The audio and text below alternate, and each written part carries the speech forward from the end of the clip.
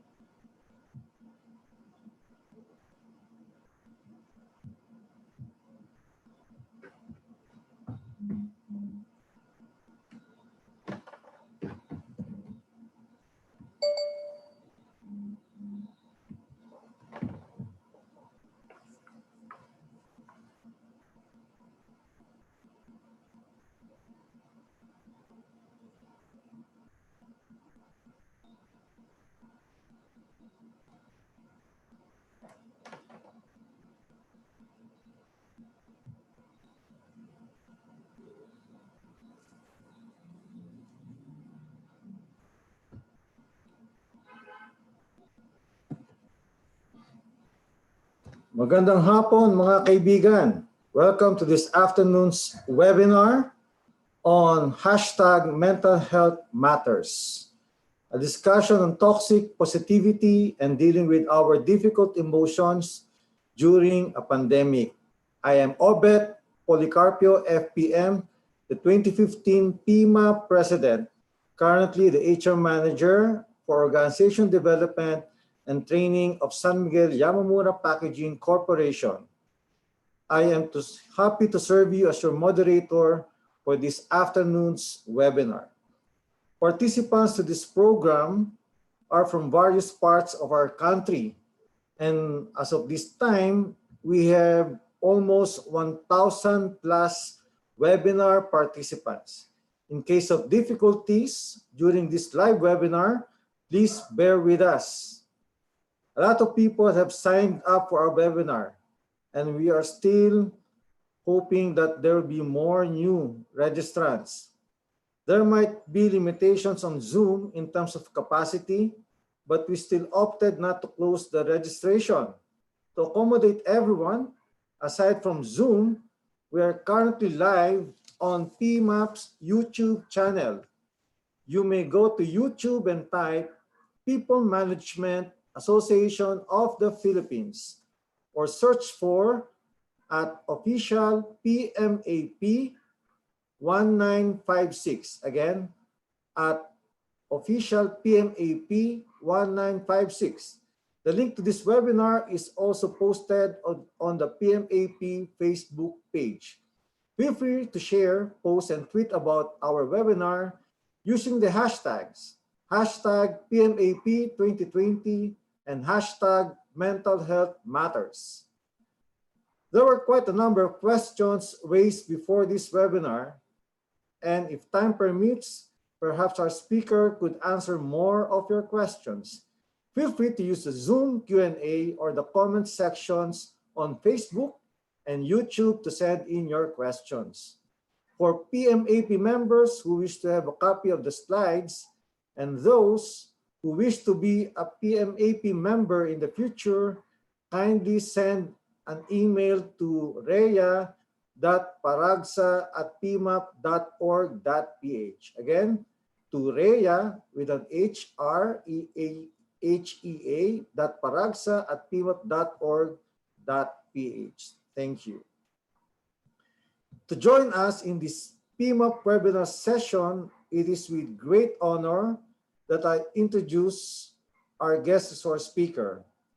She's a licensed psychologist and associate professor of clinical psychology in the Department of Psychology at the University of the Philippines, Diliman. She's also a clinical supervisor at PsychServe, a mental health and psychosocial support service established in UP Diliman, but with services now offered to the Filipino public. Her work experiences include psychotherapy and counseling, clinical and forensic assessment, executive leadership assessment, disaster mental health and psychosocial support, and writing for print, screen, and educational media. As a researcher and practicing psychologist, her goal is to develop her own approach to psychotherapy and counseling that are both scientific and appropriate for use with Filipino clients. As an educator and advocate, her mission is to train young mental health professionals in providing care that is competent, compassionate, in providing care that is for all kinds of ages and genders. So ladies and gentlemen, let us listen to Dr. Divine Love Salvador, PhD and RP Psychology. Good afternoon, Good Doctora. afternoon. Good afternoon, Sir Obed. Thank you very much for inviting me to talk to, I guess, a lot of PMAP members as well as the general public. So maraming salamat po sa inyong lahat. Ang presentation ko po today na try natin linawin kung ano yung mga malamang ay kadalasan nating na-experience lahat sa panahon ngayon. Ano? So, I'm going to be speaking this afternoon about how to get to know and befriend our emotions. So, in other words, how do we manage our difficult emotions during a time of crisis such as we are in now in this pandemic? Next slide, please. Next slide. Okay, so as we know, 2020 is a watershed year in history. We now have a new shared reality because we're in the middle of a global health crisis.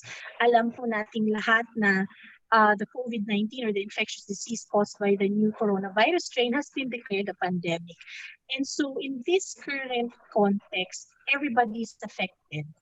Although we acknowledge that some of us maybe suffer more than others due to existing inequalities and gaps in our systems.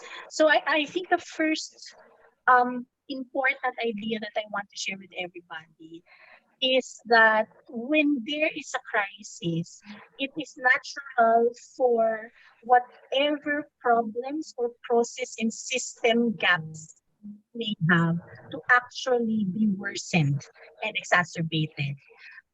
Kaya po nakikita natin ngayon sa news yung mga problema natin tungkol sa yung capacity of our healthcare system to take care of people, for example, as well as the gaps in our basic services. Next slide, please. Okay, so in this pandemic, maybe we're asking ourselves, and this is an important question to ask, is it really important to take care of our well-being during this pandemic, given that it is about a physical health issue? But I suggest that the mind and our emotions cannot be separated from what happens to our bodies. So it's important to also take care of our mind and emotions. As I've already mentioned earlier, everybody's affected when there is a crisis. And by that, I mean we all become extra vulnerable during a crisis. So it's individuals, it's groups, communities, organizations, and the bigger society, we all experience pagkadiskaril or destabilization. What that means po is whatever our usual pre-pandemic ways of working and living are not actually designed for crisis and pandemic. So that is why we find ourselves grappling or struggling to adjust. So we are all in varying degrees experiencing what we like to call normal reactions to an abnormal or extraordinary situation. Kung tatanungin niyo po ang mga disaster psychologists, alam na alam po nilang idea na to, and this is a very important idea that and key message that we try to send to people, precisely because one of the important questions, burning questions people usually have when we're in a crisis is, what is happening to me? Am I going crazy? So the very simple answer is, whatever is happening to us right now does not mean we are going crazy. These reactions are actually normal, expected, within reason and range, because it is the situation we are in now that is abnormal or extraordinary. Okay? So, next slide po. Next slide. Okay. So just to give you a snapshot, okay. Some of this may be familiar to many of you. So again, these are the expected reactions, what we could be experiencing at this time of pandemic. So a lot of us may be experiencing what I like to call emotional halo-halo. This is the heightened or intense experience of mixed negative emotions such as anxiety, fear, worry, sadness, anger, frustration. Okay? We might also be experiencing changes in motivation and energy. So baka po some of you, napapansin nyo na sa pang-araw-araw, there's a diminished sense of energy, vitality, what you could usually do fast before, maybe you're slow, or it takes a longer time to do right now. You could also be experiencing a resurfacing of past issues and problems, both personal and relational. So parang madaming nauungkat. Definitely, we're seeing a lot of people with increased worry and anxiety. A lot of us are getting preoccupied with questions of control and security because the pandemic has left us really and realizing that a lot of the things that can happen in our lives may not be within our control. So a lot of us are grappling with uncertainty and a feeling of anchorlessness. Next slide, please. Because we're in a pandemic, and as you know, historically, none of us have ever lived through pandemic. The one and only pandemic, I think, aside from this, is the Spanish flu pandemic, and that was in 1918. So none of us are prepared or were prepared for this pandemic. So many of us probably find ourselves grappling with existential challenges and justice concerns. Ano pong ibig sabihin nun? Baka many of us experience isolation and loneliness, yung feeling na mag-isa lang tayo, we are alone in our pain and fears. You could be experiencing a diminished sense of meaning and purpose, so you end up frequently asking, what is the point of what I'm doing? What is the point of what I'm going through? Many of us probably are experiencing a sense of loss and grief. And as I mentioned earlier, a lot of negative emotions like sadness, frustration, and anger. And some of these could be directed or could be experienced because we witness injustice and unfairness happening around us. So these are only some of the things that we could be experiencing right now. Next slide, please. So we go now to the idea of the importance of understanding our emotions. So by that we mean we have to ask ourselves, ano ba ang emotions? What are they exactly? And is it really possible to manage or control our emotions? So that's really what we're dealing with this afternoon. The first basic idea to that is there's no such thing as an all positive or all good emotion and an all negative or wholly bad emotion. Instead, we can look at emotions as basically information about what's going on within us and around us, as well as how we're reacting to this. So if you look at emotions, really, uh, they are what we call time-limited responses. They happen for a reason. Um, they happen because something else happened before we started feeling those emotions. Okay. Next slide, please. So if you look at this slide, this particular image in front of us, we could look at our emotions as on a continuum. On one end, there could be extremely negative emotions. By negative, we mean not, again, not bad, but more we don't feel good when we feel them. All right. On the other end, we have extremely positive emotions. When we feel them, generally speaking, it's a positive state, a very pleasant state to be in. Okay, and as I've mentioned earlier, these are responses to what is going on inside and around us. Next slide, please.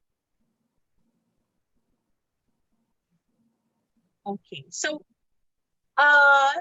another important idea when we're trying to understand our emotions is that we can have a relationship with our emotions. So maybe some of you remember the title of the presentation was Friend or Foe, Kaibigan or Kaaway. So if you look at your emotions, maybe you can ask yourself, ano ba ang tingin ko sa aking emotions? Usually ba ang palagay ko ay kalaban or kaaway sila, and therefore I need to do something about them to eliminate them, to avoid them? Or do I look at them as friends and so I cherish them, I embrace the emotions, I accept that they're part of my life? So all these show us that we have attitudes about our emotions, and that we have responses to our own emotions. So emotions are themselves responses, but we also have responses to those emotional responses. Now, some of these attitudes and responses could actually be shaped by our cultural and societal norms and context. So, for example, you may notice in your own family some norms about emotional experience and emotional expression. Maybe some of you have heard these ideas about emotions, that emotions supposedly cloud our reason and judgment, or that we should always think and feel positive. Later on, we'll talk about um, these myths, no? Or misunderstandings about the nature of emotions. So I just wanted to say and reiterate that our attitudes and responses to our emotions can be, some of those can be good and healthful for us, but some attitudes and responses could actually get in the way of um, having gains in well-being and enjoying personal growth. Next slide, please. Next slide. Okay.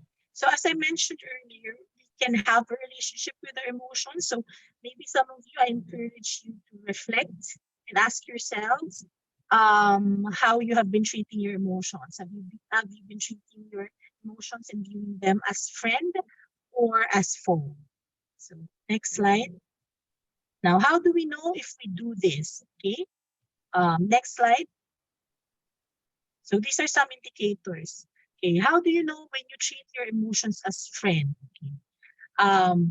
Your emotions are your friend when you actually know what you're feeling in any given moment. So that means you can get in touch, you can connect with your own emotions. You're not clueless about your own emotions. When you're able to observe, or when you're even able to describe your emotions as you're feeling them, it means you have a positive relationship with your emotions. When you're able to listen to what your emotions are telling you, because I mentioned earlier, they're information. So when you're able to process your emotions as important information about what you're currently experiencing, then it means you have a positive relationship with your emotions. Lastly, when you are able to accept your emotions as valid and as real, an aspect of my experience, then you know you have a positive relationship with your emotions. Now, on the other hand, you view and treat your emotions as enemy or foe when you usually are clueless about your emotions. So you don't really know how you're feeling in any given moment other than something general and vague like I feel bad. Tapos halo-halo siya. No? And I can't pick out my emotions. So that means you're a little bit out of touch with them. When you find it hard to observe and describe what you're feeling, especially as you're currently feeling the emotions, that's an indicator too. When you find it hard to talk about and express your feelings, that's an indicator also. Lastly, when you find it hard to accept what you feel, so that you end up either ignoring, pretending that you're not feeling anything, or disregarding. You say, I feel bad, pero, no? Or first rejecting your emotions. Na it's not right to feel this way. Therefore, what is wrong with me that I'm feeling this way? So all of those mean that you have a negative relationship with your emotions. Next slide, please. Okay. So I mentioned earlier that we all have a view of emotions, and and our view of emotions could either encourage us or hinder us from effectively managing our emotions. So I guess answer to the question of can we in fact manage our emotions is a simple yes, right? And when we're not able to do so, when our view of our emotions are not positive, okay, or not helpful, then it can actually compromise the way we live, right? Next slide. So now we go to the part where we ask the question of, well, if it turns out we can effectively manage our negative emotions pala, how do we do it? Okay. Next slide. So again, the basic idea is we can effectively manage our negative emotions. And yes, we can do that even in the middle of a pandemic or a crisis, right? Now, let's talk a bit about what exactly is emotion management, or the more technical term is emotion regulation. Okay, we can look at it as a set of skills, no? So para siyang mga kakayanan, alright, that allows us to actually control our emotions. In what way? Well, it allows us to know and identify what emotions we feel. It allows us to contextualize the emotion, meaning it actually allows us to influence when we feel the emotion. It allows us to shape and control how we experience them, and then how we express them. So I'll give you a concrete example. What's an example of emotion regulation or management? For example, you and a coworker got into an argument that didn't make you feel good. No? It upset you, it made you feel frustrated. And it just so happens that in 5 minutes, you're scheduled to make a presentation, and it's a pretty important presentation. All right.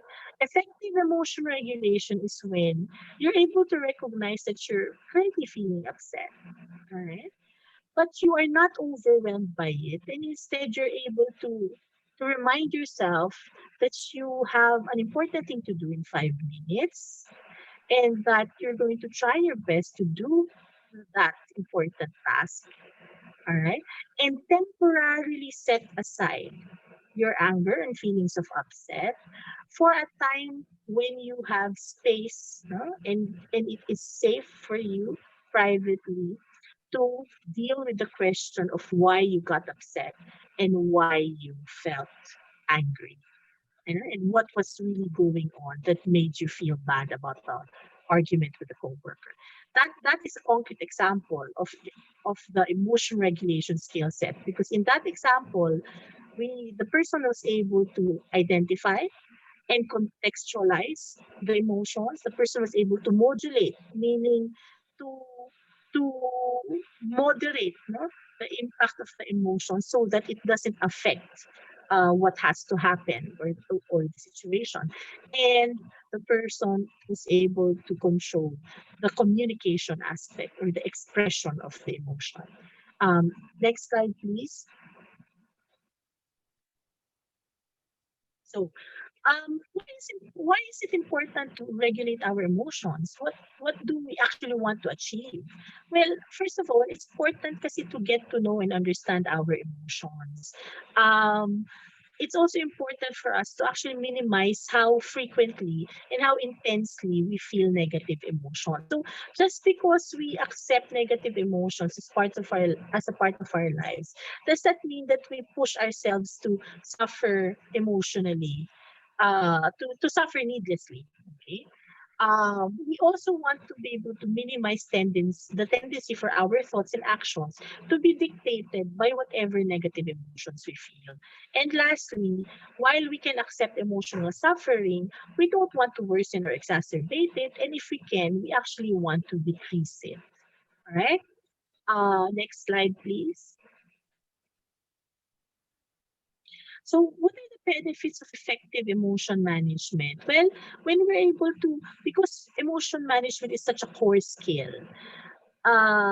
when you're not able to do it well, you get so caught up in your emotions that you waste a lot of time just coping with your emotions. So if you can imagine that you're effectively managing your emotions, what that does is it actually frees you up for the more important things in your life, such as being creative and productive, so that even when you have problems, you can come up with creative solutions. So the benefit of emotion regulation is not to remove all our problems, but precisely to strengthen us and make us better decision makers and problem solvers.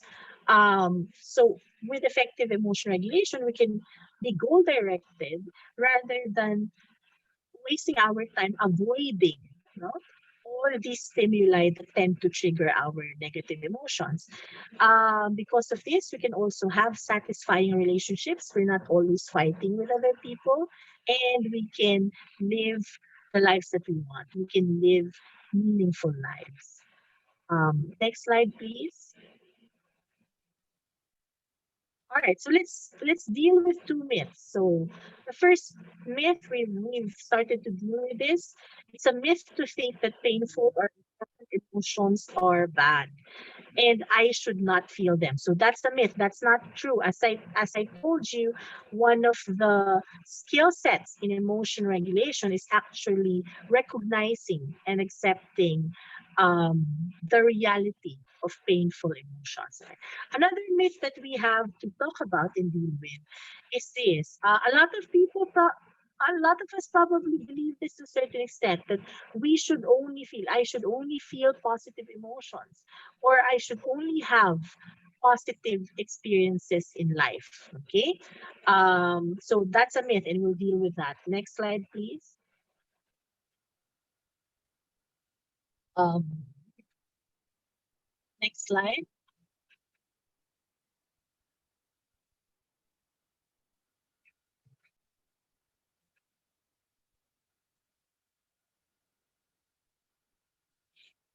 Okay. So I guess many of you have heard, I think this is a term that's becoming popular. If it isn't already, this is called toxic positivity. Um, so uh, what do we mean when we say positivity is toxic, or how do we know that positivity or being positive has become toxic? Next slide, please. All right, so positivity becomes toxic when we insist, or we're very stubborn, that the only way in life is to think positive or be positive. Because what that actually means is we are so invested in avoiding negative experiences and outcomes.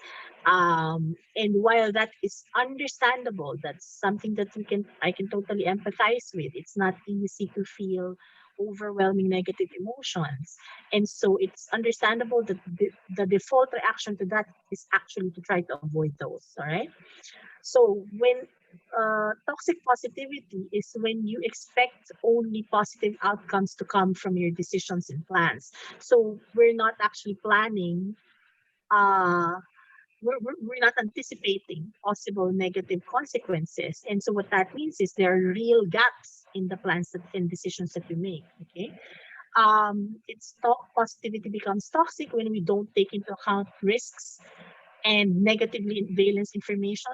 Sometimes what happens is when you're working with a group, when you've been working with a group for a long time, there's always one person that the group has labeled or whispers about that person as masyadong nega.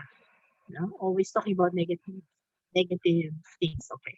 Now, there really are people who tend to think negativistically. That's different. Okay? Um, Toxic positivity is when the positivity comes at the expense of realism. So it's not a very realistic appraisal of situations and events. All right. So in terms of our emotions, toxic positivity is when we insist that we always have to be happy or we always have to be cheerful or optimistic, even when in fact you are in a situation that does not merit such a positive reaction. So in a sense, it is being tone deaf to the emotion of the situation. I work with a lot of clients who struggle with accepting the fact of negative emotions.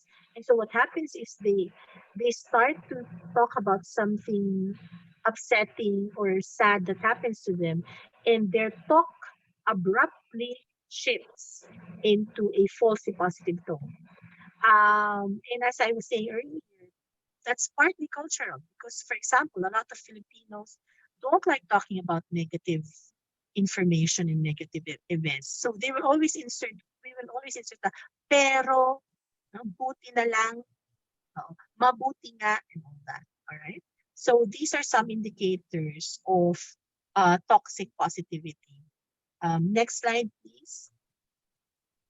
Okay, now, what are the consequences of toxic positivity? Well, if we continue to avoid or we make a habit of avoiding negative emotions and experiences, what will happen is we're making the negative emotions much more powerful because we're simply not able to practice emotion regulation. Okay? So that means they become more overwhelming. Then what happens is we feel even worse about ourselves because we blame ourselves for not being able to manage our emotions. When in fact, we, we could have been better able to manage our emotions by simply tolerating this stress slowly and surely. Okay. Now, another consequence of toxic positivity is because emotions are important information, when you avoid negative emotions, you're not taking into account the information that would spell the difference between a good decision and a bad one, right?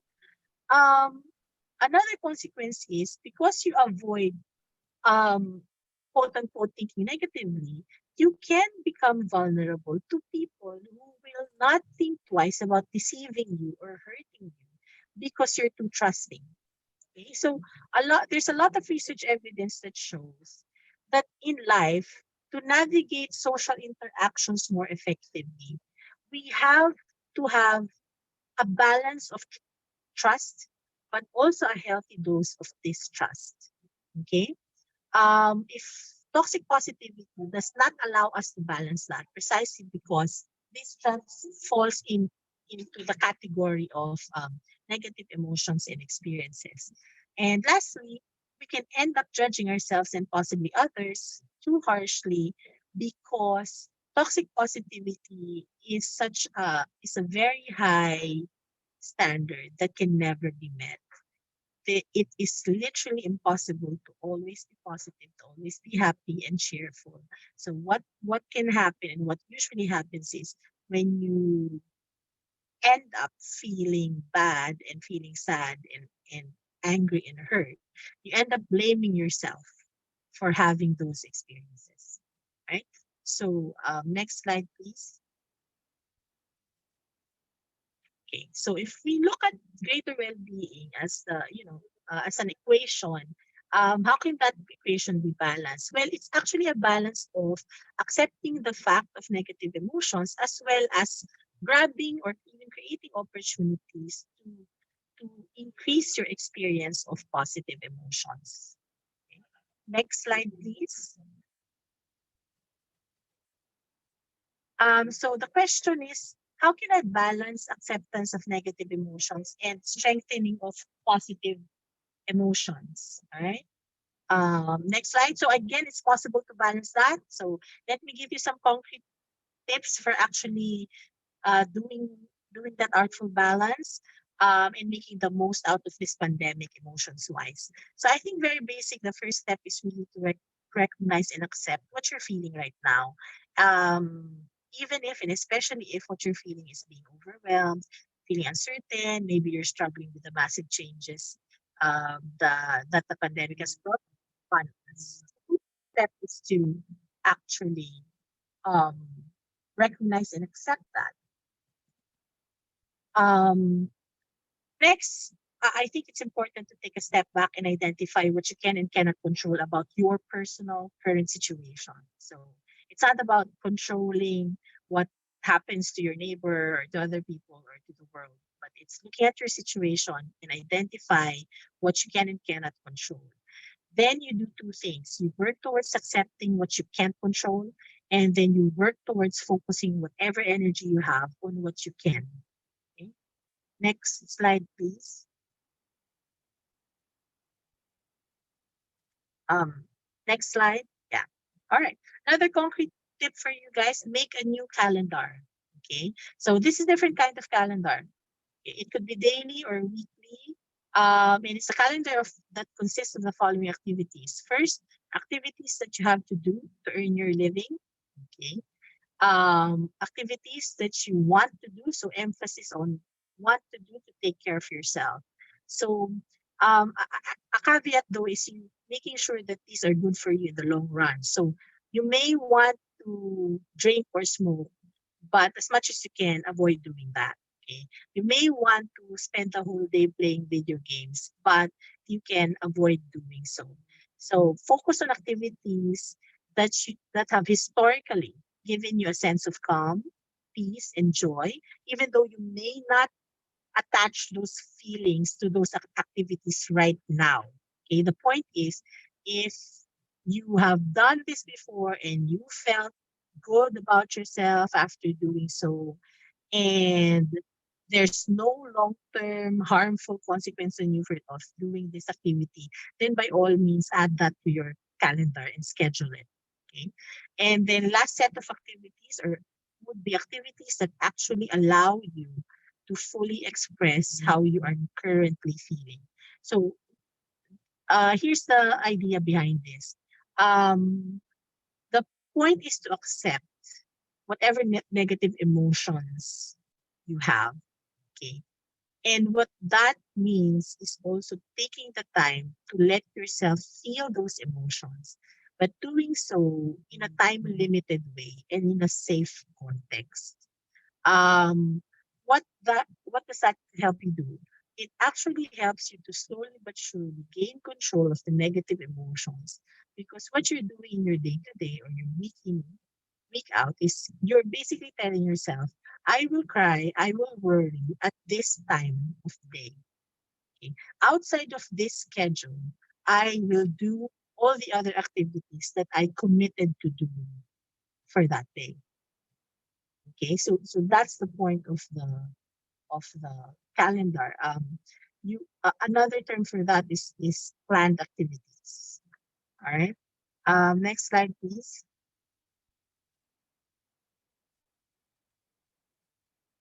Next slide. Okay. This is an important tip also. Avoid perfectionism or what I call rigid perfectionism. So what do we mean by that? It means that now is not the time to evaluate your performance in yourself based on your pre-pandemic standards. So, for example, there's no such thing as what is a small or a big step or a big victory. Because right now, everything that you're able to do to take care of yourself and your loved ones is already a big step. I'm coming from, remember, one of the earliest ideas that I shared in the presentation is the fact that all of us are affected. Okay, some more so than others. But the fact is, everybody is affected. Everybody has to grapple. Everybody's ways of living and working now have to be adjusted. Okay, so in light of that, it doesn't make sense to evaluate your current reality and your ability to be productive and your performance on standards that worked before. So, for example, if linking it to the calendar tip, if you can only follow one out of the 5-day calendar you constructed, you have to remind yourself that that's still one as opposed to 0 days. And then when you remind yourself of that, you then commit to trying again in the coming week. So avoiding rigid perfectionism is focusing your energies on the trying and the process of getting from one day to the other and from one step to the next. Um, and I know that that can be a. Let me just acknowledge that's an almost a radical idea for corporate organizations, seeing as the thinking in corporate organizations, understandably, is about outcomes and the bottom line. Next slide, please. Okay. One more tip for us is to practice self-kindness. So, how do we know that we're being kind to ourselves? Basically, when you're able to treat yourself the way you usually treat others, when you're being kind to them, that's self-kindness. So, for example, when you make a mistake and when there is a setback, and in a pandemic, in a crisis, there's going to be many mistakes and setbacks. It's going to be very important for us to not judge ourselves harshly for those mistakes and setbacks. Instead, we try to forgive ourselves for any of these. And then uh, this is very important because when you judge yourself too harshly, in fact, what you're doing is you are preventing yourself from looking at your situation objectively. And therefore, you cannot learn from it. Okay. So that's why it's important to practice self kindness because it is actually self kindness that will help us become more objective about our situation. Why? Because we are no longer threatened by negatively valence information or by constructive feedback, right? So again, part of self-kindness is recognizing when we're suffering emotionally rather than ignoring it, rather than pretending that you're okay, right? It's reminding ourselves that we're human and that it's only human to suffer emotionally. So um, this has to do with calibrating our expectations. Um, practicing self-kindness is also about committing to being kind to ourselves, um, recognizing and committing to do so, even when it's not always easy. What do I mean by that? When you're in the middle, we're in the middle of overwhelming mixed negative emotions, it's not actually easy to be kind to ourselves. But if you think about it, when we have fallen back, when we have experienced a setback, is precisely the best and most critical time to be kind to ourselves because it's actually easy to like ourselves and be kind to ourselves when things are going great. So it's so the practice of self-kindness is actually critical for when we are suffering emotionally. Right? And then lastly, we remind ourselves that we deserve to be shown kindness. This can be a when I do work with my clients, this is a very powerful idea for them that they deserve to be shown kindness and that they themselves will be the ones to show themselves kindness. Can be a radical idea for people who are used to um, putting other people first rather than themselves. Okay. Next slide, please. Okay. So one way also of cultivating our emotional well-being is to actually connect with quieter positive emotions. What do I mean by that?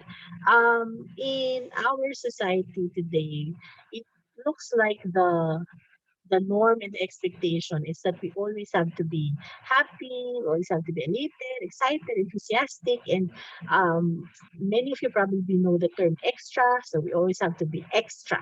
Okay? Bawal ang basic, right?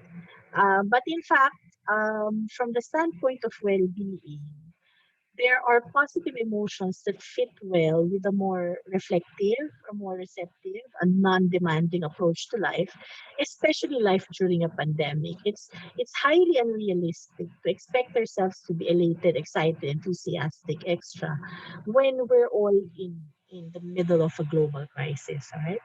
But it is possible and it is good for us to cultivate um, positive emotions such as gratitude. So, for example, working towards making it a habit to take a step back and identify the things you're grateful or thankful for in your current life. So that would be a display of gratitude. So some people do that by keeping what they call a gratitude journal or a gratitude notebook, or it could just be a regular list that you do every day. And especially when you're starting to feel overwhelmed, you can maybe take a step back and ask yourself. So when you ask yourself, what am I thankful for today?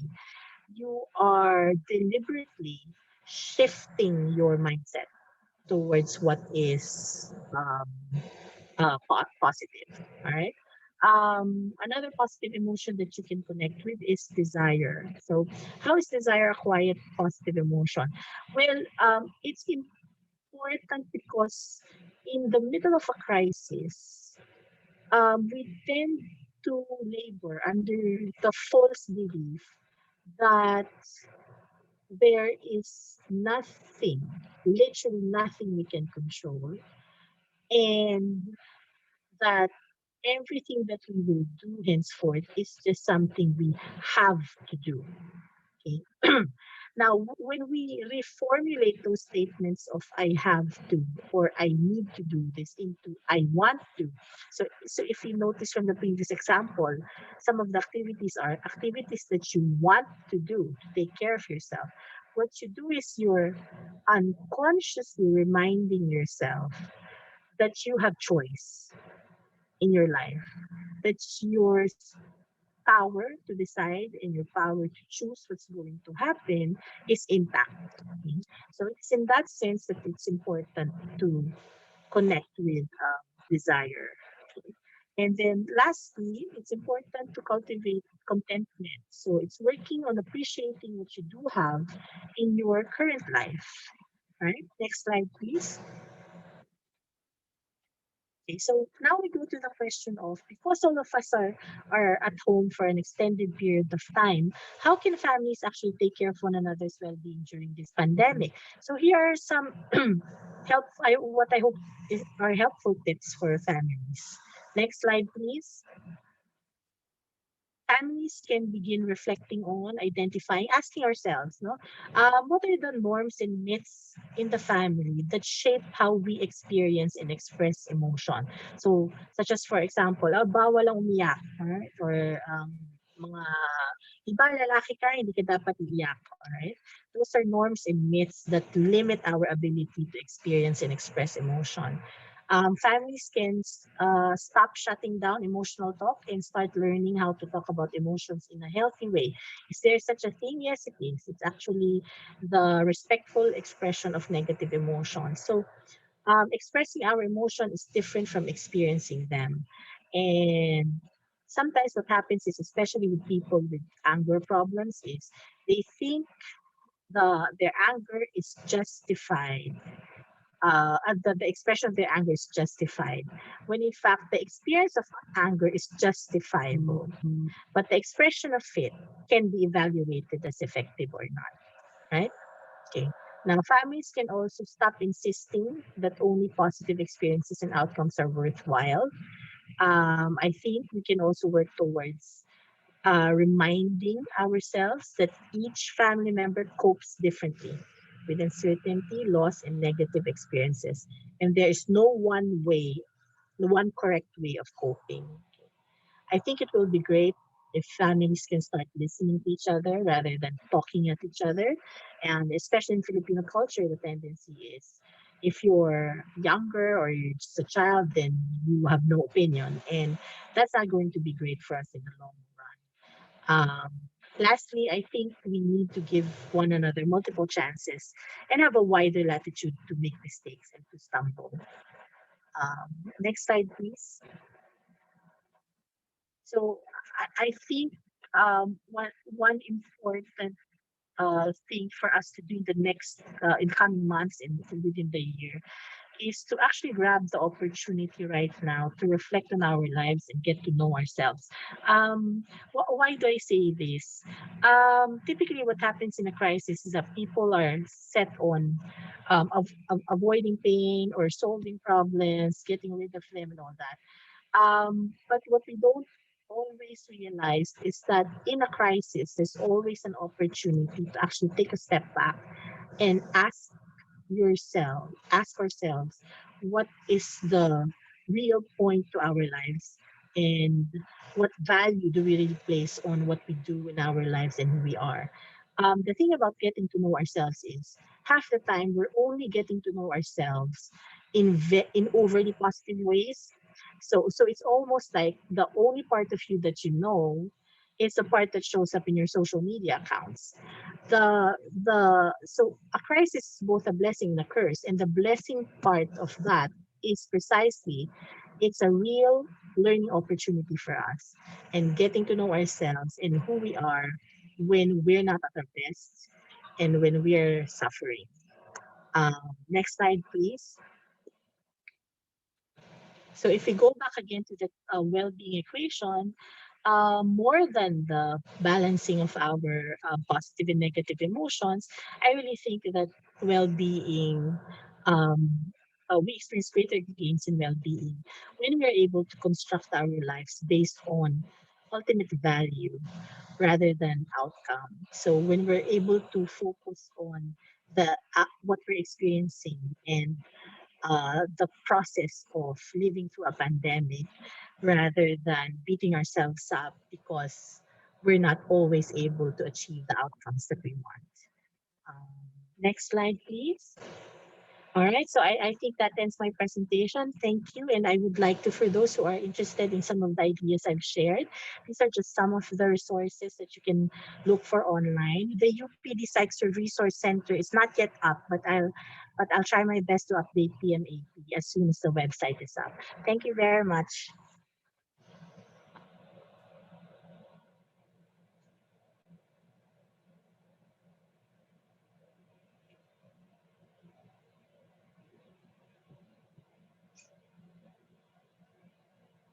Thank you very much, Dr. Divine. Let's give a sounding virtual round of applause to Doc Divine for an in-depth explanation of nature and management of toxic positivity and heightened our awareness on when positivity becomes toxic and its consequences.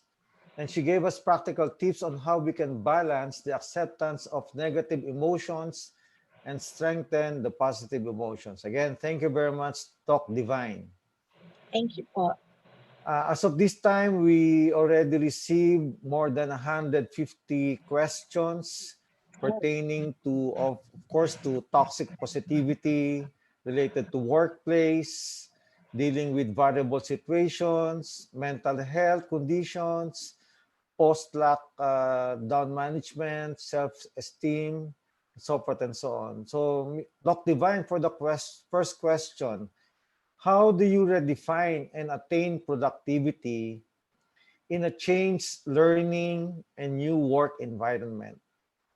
right. Well, that's a pretty big question that I think a lot of that I think HR and OD managers are already asking, and that organizations are really grappling with right now. I think communication across the organization is going to be very important. I work with some clients who struggle with um, the mixed messaging that comes from management sometimes about on one hand, we care about your safety and well-being, but on the other hand, the targets haven't changed. And so there's a bit of mixed messaging going on. So I think it's going to be very important in the next few months for organizations to be very mindful about reshaping the targets, looking at the company and industries um, from the standpoint of its workforce, and that the well-being of employees are integral, very much integral, has always been integral to the success or to the outcomes that the organization wants. Okay. Now, at an individual level, the tips that I gave earlier are actually designed to help people get back their footing. So, okay. So speaking very candidly, Sir Obed, at the beginning of a pandemic, it's really difficult to maintain or to hit the level of productivity that you used to have. That's just not possible at this point. And I think that's an important idea that people need to reflect on. Because when you put pressure on yourself to hit the goals that you used to hit before, in the long run, that's not going to be good for you. You're lengthening the time in which you're remaining unproductive. So what you want to do is to take slow and measured steps towards gaining a minimum sense of productivity and a minimum sense of mastery in your work. Now, organizationally, what that means is that HR managers will have to come up with strategies and interventions to actually get individuals working with minimum functionality on their own, but also leveraging kahit online na modality. How do you get people working together and also allowing them space to ventilate so that they can more easily adjust to the new reality? So it's something like, if you have an 8-hour day, and that is now, and that 8 hours now will have to be spent at home, please recognize that for many of your employees, that's a massive change. It isn't just a change of place. What it means is, now I'm at home and I have to take care of my kids who are also at home, as opposed to when I used to go to an office, I I could just focus on my work. So the organization and individuals will also have to take into account and to identify what are the actual changes that I need to adjust to. Now, what changes can I actually control? And what changes do I just have to accept? And then from there, calibrate my expectations. And what I'm hoping is that for corporate organizations, the calibration will happen at important levels of the organization. Because if upper management does not calibrate, the message that it sends to the employees is that it's lip service, that upper management does not care for our well-being, even when they say they do, because they did not evolve a structure or a system that actually allows us to slowly but surely work back towards um, the goals. Thank you very much, Doc Divine. I like when you said communication is really very important. In fact, it is Yeah, imperative since the start of the lockdown, and all of us were right. really caught flat-footed. Unawares. Yeah. Yes, and really unaware. Because I would say, based on my experience, all employees, including the leaders and the managers of any We're organization, affected. whether big or small, were really not prepared. And Mm. each one has to take good care also of themselves, of their Right. family, in addition to their job. And communication is really essential. And Right. again, I'd like to reiterate, it is in fact imperative.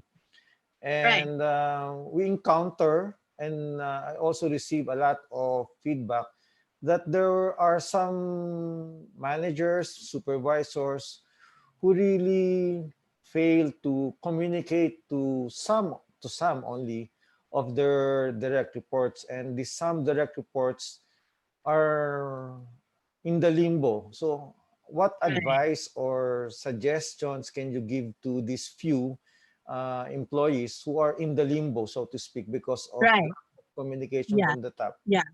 Thank you. Um, yeah. Remember, one of the basic ideas is that we're all affected. So, what happens when we're overwhelmed and we're feeling groundless and anchorless is we feel isolated in our problems and our pain, that we forget that other people could also be suffering.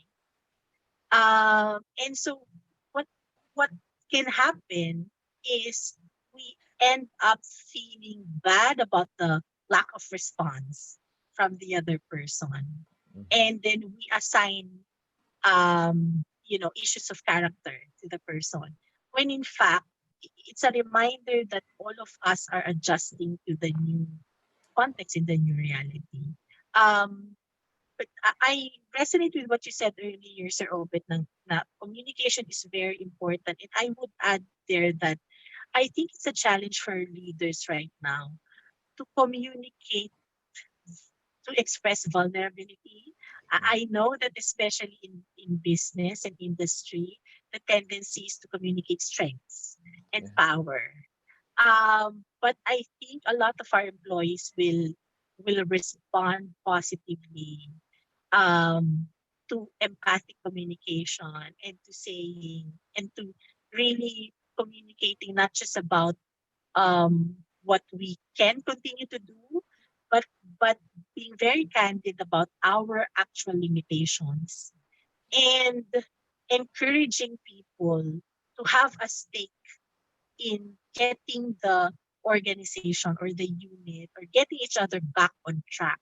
Yeah. That it's a collective effort. It's not a matter of I'm going to wait for somebody to help me, but it's what can I do to contribute so that I also end up helping my manager, or I also end up helping my peer or my direct report.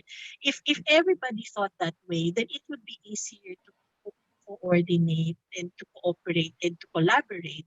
And it will and people will feel like the organization is encourages mutual support. And so what that will do is the individual will now feel less alone and less isolated. The individual employee now will feel I can tell my problems. No? And it is in the telling of problems that we can begin to find solutions. Because if you keep your problems to yourself, or if you ignore them and avoid them, then you're not opening the communication to go into the direction of finding solutions. That's true, the Doc Divine. It takes two to tango. Right. And of course, it's really necessary, like what you said, that calibration must be done from time to time, because as they pass by and as we look into the future, a lot of things will happen and we Yeah. really have to be prepared. So we really have to calibrate things as they unfolds right in our very own eyes. So next question, how organizations can support the employees' well-being in a sustainable way, especially during this pandemic period? Right. I think your first step po, I think there has to be some kind of organizational assessment ng resources and limitations, because it's not good to overpromise or to come up with a strategy that is not sustainable. So I think first is do a quick assessment of what the organization can and cannot provide for the employees, and then um I think now what's going to happen is that a lot of organizations will can partner and come up with a network of services. Um, Kasi that becomes more efficient and effective, and it can reach a lot of people. Certainly in the mental health services, that's what we're starting to do, is we're getting to know all other organizations that offer services similar to what we're offering. So I think maybe something like that can happen in organizations within the same industry and all that. Within an organization, HR and OD will have their work really cut out for them, I think. I think part of the assessment is to talk to people at different levels of the organization and engage them in consult with them, engage them in conversation about what they need, but also what they envision for the next year. It's always good to help people regain a sense of ownership about their job and their work, even when the context has changed for us. Please note that when we talk about well-being, the strategies and the interventions don't always have to be at the level of like mental health professionals. No? So there are tiered, we call them tiered strategies and assessments. So HR and OD can really look at very practical factors that can facilitate a sense of productivity and mastery in employees in this pandemic. And then they could also institute ways by which we could monitor employees that maybe continue to suffer indefinitely. The thing in crisis po is time is important. So we know that reactions are normal. The situation is the one that's not normal.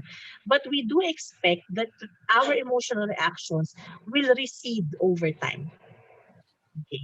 So for some individuals whose emotional reactions remain at a very high, intensely high level, a certain kind of help may be necessary. So partnerships with organizations that offer those kinds of well-being services might be part of a suite of strategies that organizations can employ. So again, strategies that are a bit more practical, okay, strategies that are for psychosocial support, and clarity of communication at different levels of the organization.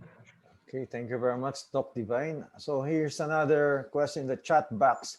What type of social and psychological changes are expected after COVID-19 pandemic is over? After, oh, Yeah, okay, after. right. The, well, the thing of it is, it's difficult to actually anticipate when when it will end, right? If we take a conservative approach, maybe we'll have a vaccine developed by next year. uh, and maybe people will start to feel a renewed sense of confidence in going back to more frequent face-to-face interactions and all that. Maybe more than a year from now, minimum. Um, is the question about, can we expect worsening of mental health issues?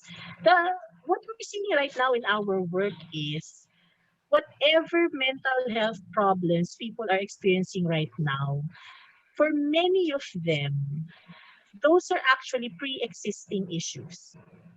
And that the pandemic has provided us an opportunity to no longer be able to avoid having to face those issues. So I think moving forward, it's going to be very important for people to actually find ways to process their issues in life and to ask big questions about what it means for me to do this kind of work. No, what do I bring to my relationships, what do I want out of my life? There's a real opportunity to do that. If you continue to ignore those kinds of questions, then what could happen is you're missing an opportunity to learn how to live through tough times. So what happens is you don't become resilient. Whatever strength you have is a brittle strength. The next crisis that comes along, ma-destabilize ka na naman. So in fact, there's a real opportunity right now for people to get to know, as I was saying earlier, get to know what's going on with you long enough, stay in the suffering, just enough, just long enough, so that you can learn what you need to learn. Okay, and that is what will buffer us in the next year or so. Is we If we have a radical acceptance of what we're all going through right now. So hopefully yung mga negative emotional reactions, they will not worsen into actual diagnosable mental health issues. Okay, Doctora, there are a lot of questions here, but Sure. in the interest of time, um, here's one important question. What tips, advice can you give to HR practitioners who have also been personally affected by the issues and concerns of employees, of management team, and some of them are anxious in dealing with them, and how this impacted on their current mental health also. And somehow they are trying to cope up with Right. the situations and with the variable personality types and so forth and so on. What Right. tips can you Exactly. give to the Yeah. HR practitioners? Yeah. Self care and staff care are very important po. So I think it has to be the HR units, HR teams have to be very deliberate in providing space for HR managers and associates to actually reflect, process their experiences together as well as alone, and have that be part of the strategy or the suite of strategies or the interventions. Because you don't want people to burn out, Yeah. so they also need their space to ventilate. That could be to each other, um, or that could be to again through a partnership with a well-being or a mental health professional to deliver that kind of, it's called the group process. So when people go through something stressful, even highly stressful, it pays to be given a space in which you could understand the impact of that experience on you, and you could be given space to express how you really feel about what happened, and then be given some concrete guidelines on how to take care of yourself. Now, work wise, from a pragmatic standpoint, again, part of a quick organizational assessment is to actually be able to come up with um, work teams, okay, that Yeah. can have different shifts, so that you are distributing the stress, no? And you are not overburdening one or a few individuals only. So it's tulong-tulong, sabay-sabay. So even the burdens of communication and having to deal with people's stress reactions and their anger, that has to be distributed across the team. And again, habitual check-ins ng how are you doing? Are you still okay? What can we do? Parang ganun po. Thank you very much, Dr. Divine. I think this session is really very helpful, and in the process, we gain productivity. And in the interest of time, there are really a lot of questions here. Napaka-importante. Would it be okay for you, Dr. Divine, to entertain those questions?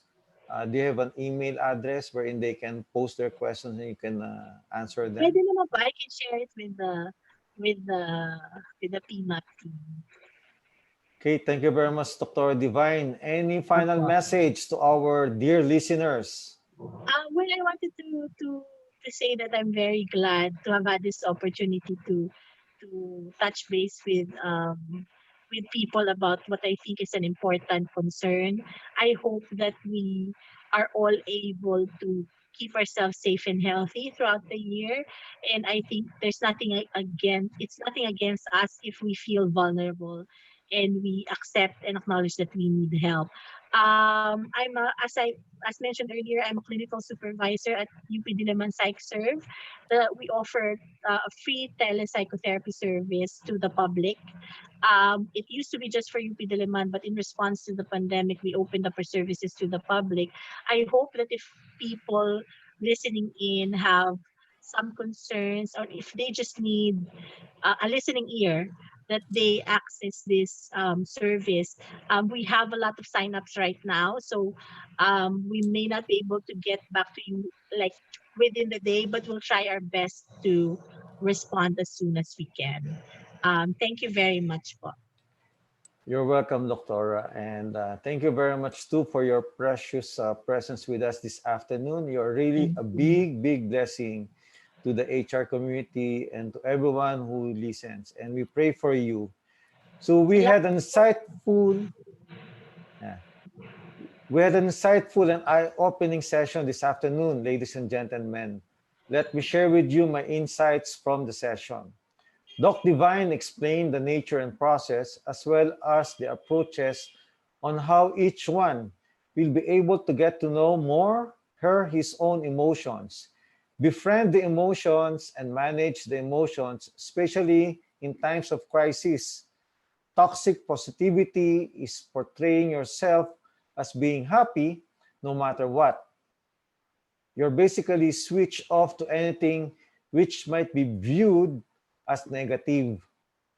It's also the idea of encouraging people to always see the bright side and not open up about anything bad. We know well that being positive is definitely an ideal way to live. Positivity makes us and others feel great, but it's not always the best way. We need both polarities of positive and negative to see things as they really are. Negative beliefs about the self, others, the world, and the future can lead to anger, anxiety, and depression. To be happy is a choice. It seems reasonable to turn to optimistic or positive thinking so we will feel better. Let me share some pointers with you based on how I sustain by having the right mindset amidst the challenges and trials in my life and the environment. Number one, focus on the good and wonderful things. I acknowledge the challenging situations and obstacles as realities of life. This must not stop me to move on as I should and advance where there is learning, developing, and growing. Identify my areas of development and invest in my personal growth and advancement. Let go of the things and situations that are beyond my control and influence. They, Number three, take good care of my well-being in terms of spirituality, emotions, physical, and social. Number four, spend more time with loved ones, a source of my inspirations, motivation, strength, positivity, hope, and joy. Number five, be with happy and optimistic people with authentic heart. Number six, I serve continuously in various organizations in doing what I can for the common good and achieve the team goals. This deepens my faith, enhances further my perspective in helping others. Number seven, start every day with a positive note. Practice positive self-talk. Open yourself to humor. And lastly, the most important of all is I give praise and express my gratefulness to God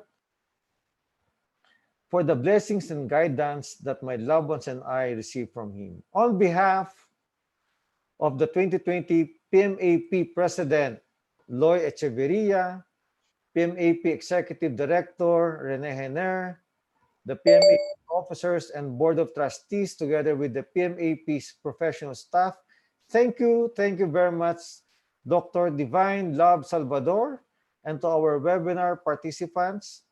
Doc Salvador, you generously shared your expertise on this topic. Thank you so much again. This webinar is available on our social media pages and on PMAP website. Feel free to share it with your friends and colleagues. You may use our hashtags, hashtag PMAP2020 and hashtag Mental Health Matters. For webinars, don't forget to like and subscribe to our YouTube channel, Facebook page, and other social media accounts. Together, let us continue advancing sound people management and advocating for mental health awareness in our homes and our workplaces. Stay safe, be fit, healthy, happy, and grateful always. God's graces, guidance, and protection be with you and your loved ones always. I share with you one of my favorite quotes from Jim Rohn. Quote, "The difficulties you meet will resolve themselves as you advance. Proceed, and light will dawn and shine with increasing clearness on your path." By Jim Rohn. This is Albert Policarpio signing off now. God bless.